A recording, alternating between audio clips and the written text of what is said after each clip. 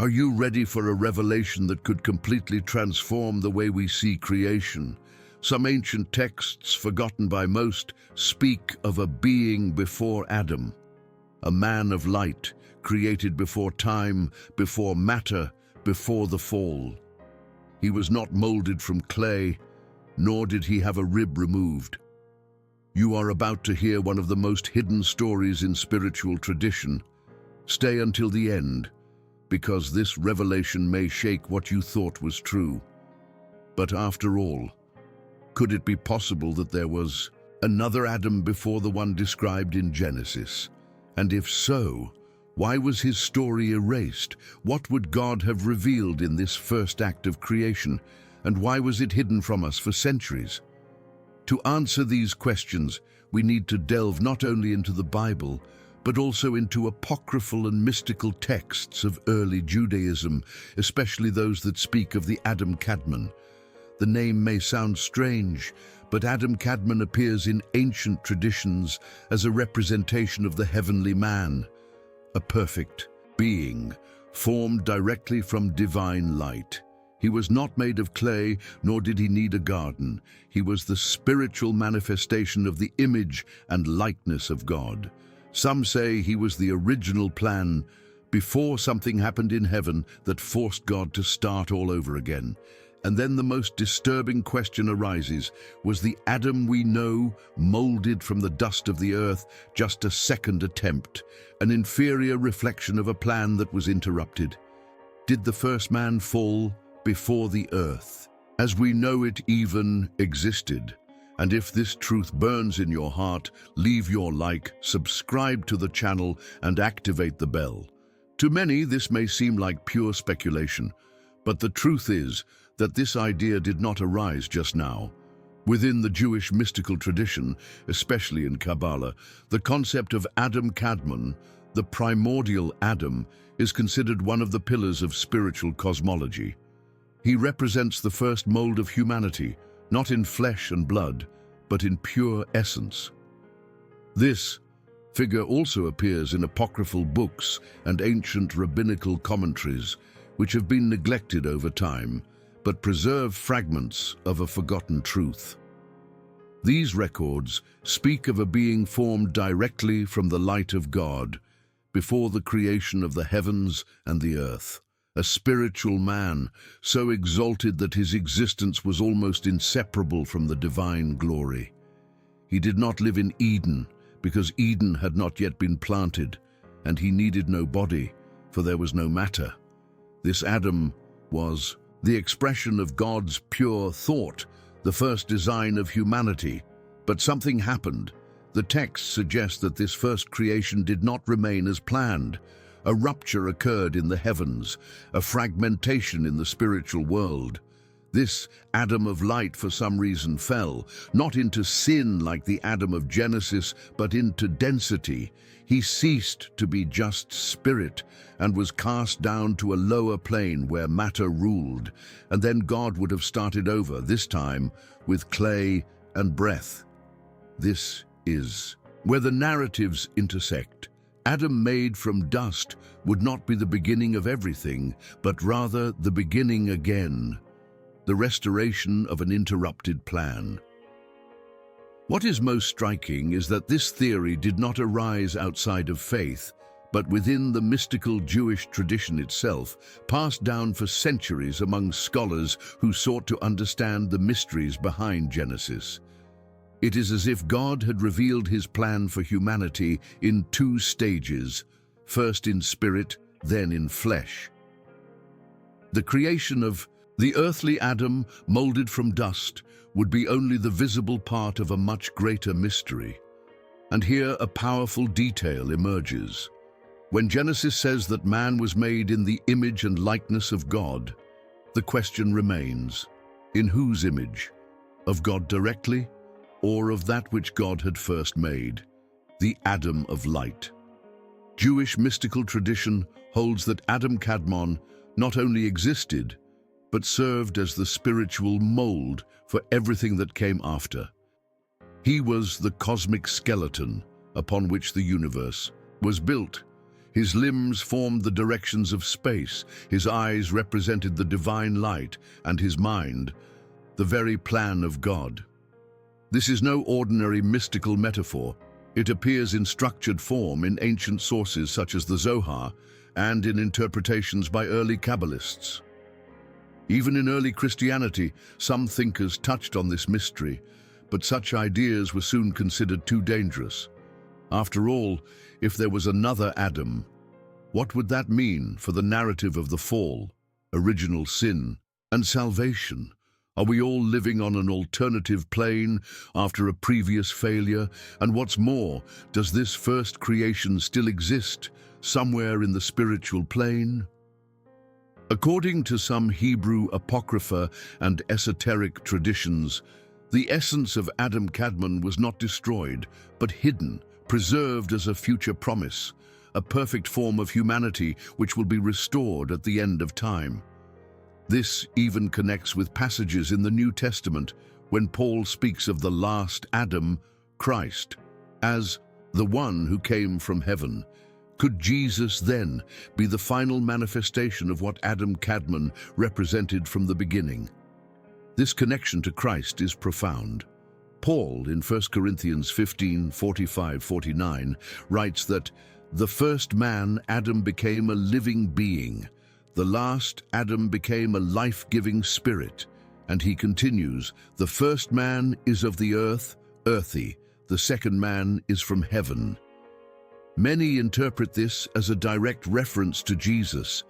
But what if, unwittingly, Paul was retrieving an ancient truth hidden in traditions that predate the canon? What if the heavenly Adam was more than a metaphor, a sacred reminder of the first mold? In the writings of the Zohar, for example, Adam Kadmon is described as the one who precedes all creation. He is the path through which divine light flows into the universe. This means that the very concept of humanity existed before the earth was formed. Adam Kadmon was not just a being. He was a living structure of intention, purpose, and glory, the matrix of spiritual human existence. Genesis, for its part, does not deny this idea. It simply begins in the beginning. But which beginning? That of our world? Or a new beginning after something previous had been sealed and forgotten? The silence of Scripture about what came before "let there be light" is, in itself, an invitation to investigation. And this is where ancient texts, such as the Book of the Secrets of Enoch, begin to fill in the gaps with accounts that, although not in the canon, have been taken seriously by many for centuries.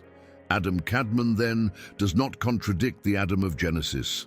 He precedes and explains him, as if the first were the eternal model, and the second, the attempt to restore that model in a world where evil and the fall had already occurred. A plan within a plan. And what is most intriguing, if the first Adam still exists in heaven, will he return? This possibility that the original Adam, the Kadmon, still exists in a spiritual dimension has been debated by mystics, rabbis, and theologians for generations. Some say he is the hidden man of the heart mentioned by Peter. Others believe he is the image that awaits us in the final redemption, when we will be transformed into the glorious likeness of the one who came from heaven. But this raises an even deeper question. If Adam Kadmon is still alive, what does he witness now? And what does he know about the end? The ancients taught that this figure knew the entire plan, from the beginning of creation to the final judgment. He was the first to see the throne, the angels, the abyss, and also the first to realize that something was wrong. That evil already lived among the higher spheres even before the creation of the earth. And so, his essence was collected, so that he would not be corrupted, so that he would remain as a testimony of what we were called to be. This would also explain why so many descriptions of celestial beings in the Apocrypha resemble glorified human aspects. Face like a man, feet like bronze, eyes like flames. They would be echoes of the primordial Adam, fragments of what God created first, and which, even after millennia, still echo in our spiritual memories. As if the image of Adam Kadmon were engraved in our deepest DNA. And perhaps that is why we seek perfection, eternity, and light so much, because deep down we were made in the image of something that is beyond the flesh, something that existed before the fall, before time, before the word man even had meaning on earth.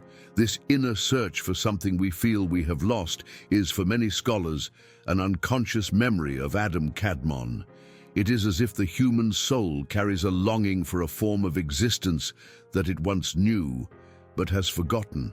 And it is curious how this idea resonates with Romans 8, when Paul speaks of all creation groaning and waiting for the revealing of the sons of God. Are we all waiting for a return to the original form? In certain circles of mystical Judaism, it is taught that Adam Kadmon will be revealed again at the end of time as part of the process of redemption. He would be the man hidden in glory, the one who will lead us back to the state before the fall. And this fits perfectly with the Christian idea that in Christ we will be transformed. We will leave the corruptible body and put on the incorruptible. Is this a coincidence? Or has tradition always known and just expressed it in different language? Another strong point is the symbolic structure of creation in Genesis. There, everything happens in 7 days, but Adam is only created on the 6th. Why? And who was the center of creation on the first day? Light. A light that appeared before the sun, before the stars, before any matter. Many scholars link this primordial light to Adam Kadmon himself. He would be the living expression of this light, which illuminated God's plan before physical reality began. And perhaps now you understand why certain passages of the Bible seem to hide more than they reveal. Because Genesis is not just a historical account, it is also a curtain, and behind it lies something that the ancients knew, but that few today dare to investigate. The first man may have been of light, and his story is not yet over. And if this story is not over yet, then what are we waiting for? The return of Christ, called the last Adam, takes on new meaning in light of this revelation. He came not only to correct the error of the earthly Adam, but to restore the former image, the pure essence of man that existed before the fall, before the flesh, before time. This is one of the most powerful ideas hidden beneath layers of tradition, translations, and theological silence. In the Gospels, Jesus is described as the image of the invisible God and the firstborn over all creation. Colossians 1:15. But if he is the firstborn, then was there a generation before ours? A spiritual mold in which all things were conceived before they became visible. That mold would be Adam Kadmon, and Christ would be his full revelation, not a copy, but the perfect essence of the original, now manifest in flesh to reconnect us to the divine plan. We also see this reflected in the account of the Transfiguration. When Jesus reveals himself in glory before Peter, James, and John, his face shines like the sun, and his clothes become dazzling. This was no ordinary miracle. It was a glimpse of the original man, a foretaste of what we were created to be, a reminder that what we lost in Eden will be restored, but not as living clay, but as living light. Therefore, the existence of another Adam does not contradict faith. On the contrary, it strengthens it. It shows that God always had a perfect plan, and that even after the fall, he never gave up revealing his image to the world. What began with Adam Kadmon will be consummated with Christ, the first and the last, the invisible and the visible, the spirit and the redeemed flesh. And if all this is true, if there really was a man of light before the clay, a heavenly mold before the fall, then we are faced with one of the most powerful secrets in the spiritual history of humanity. A secret that changes everything, that redefines our origin, our purpose, and even our ultimate destiny, because you are not just flesh. You carry within you the echo of something eternal, the memory of a glory that precedes pain, sin, and death. This echo is not only in ancient texts, it is in us, in our thirst for justice, in our longing for light, in our constant struggle against darkness. The Adam of clay fell, but the Adam of light remains, and it is to him that we will be restored, not by merit, not by effort, but by grace. The same grace that made God start all over again when all seemed lost. The same grace that reaches you today with this truth. You were born for more than just survival. You were born to reflect the unseen. So don't ignore this call. If this revelation touched your heart, share this video with someone who needs to know it. Don't keep this light to yourself. God is raising up people willing to dig deep, to seek beyond what they have been taught, to recover what has been forgotten. And now, a special request. If you feel that this channel has been a blessing in your life, become a member. The button is right below. By becoming a member, you help us to continue producing content like this, revealing, edifying, and faithful to the truth. You bless this ministry and allow us to reach even more people with the word hidden since ancient times. Click, subscribe, and comment below. I return to the original. We want to know who is with us on this journey back to the light.